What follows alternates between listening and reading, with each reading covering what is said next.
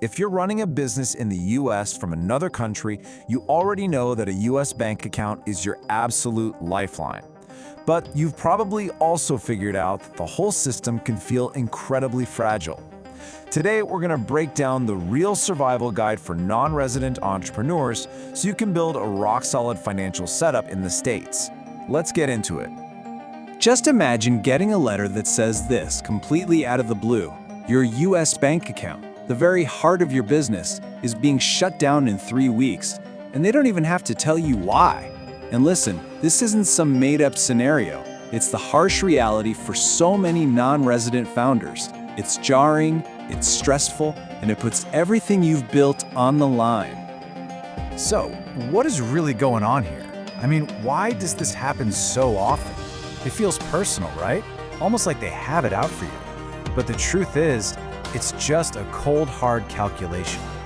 To protect ourselves, we have to get inside the bank's head and really understand the logic that leads to these sudden closures.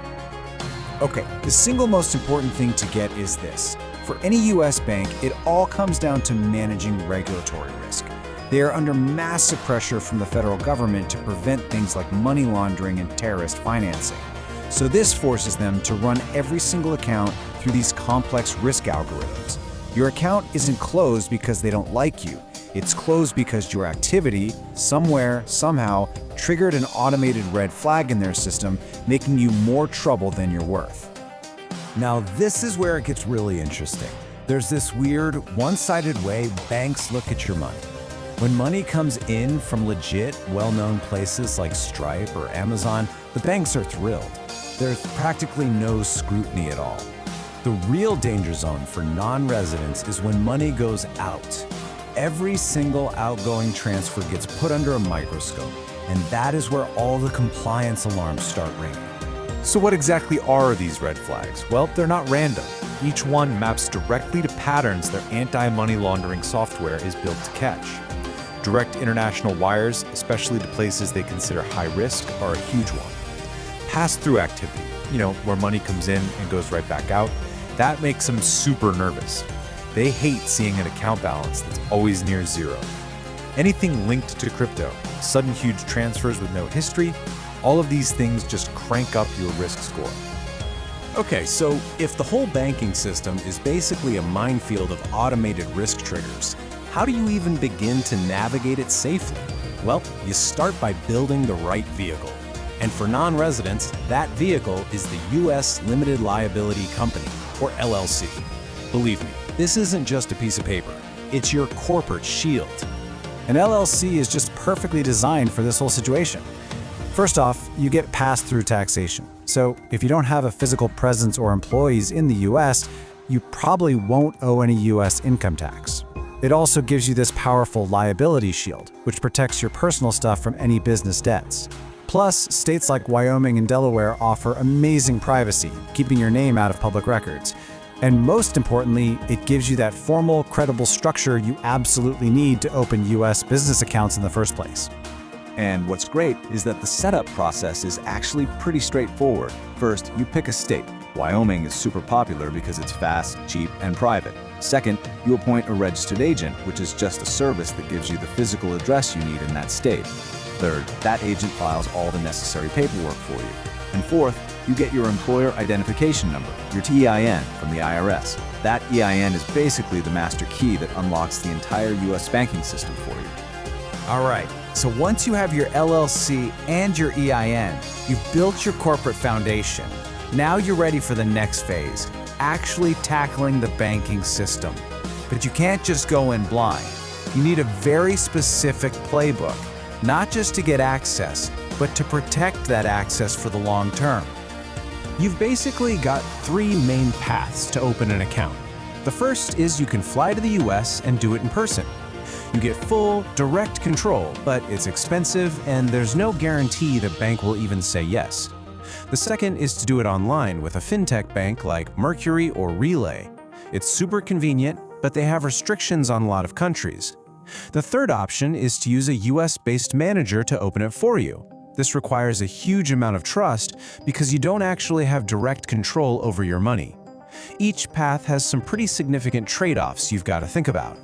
Now pay close attention because this is the single most important strategic tool in your entire arsenal, the financial intermediary, also known as an EMI.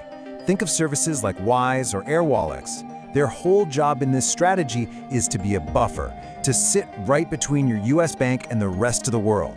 And in doing so, they dramatically de-risk your main bank account. So here's the magic trick. Instead of sending a high-risk international wire straight from your US bank to a supplier in another country, you do this little two-step.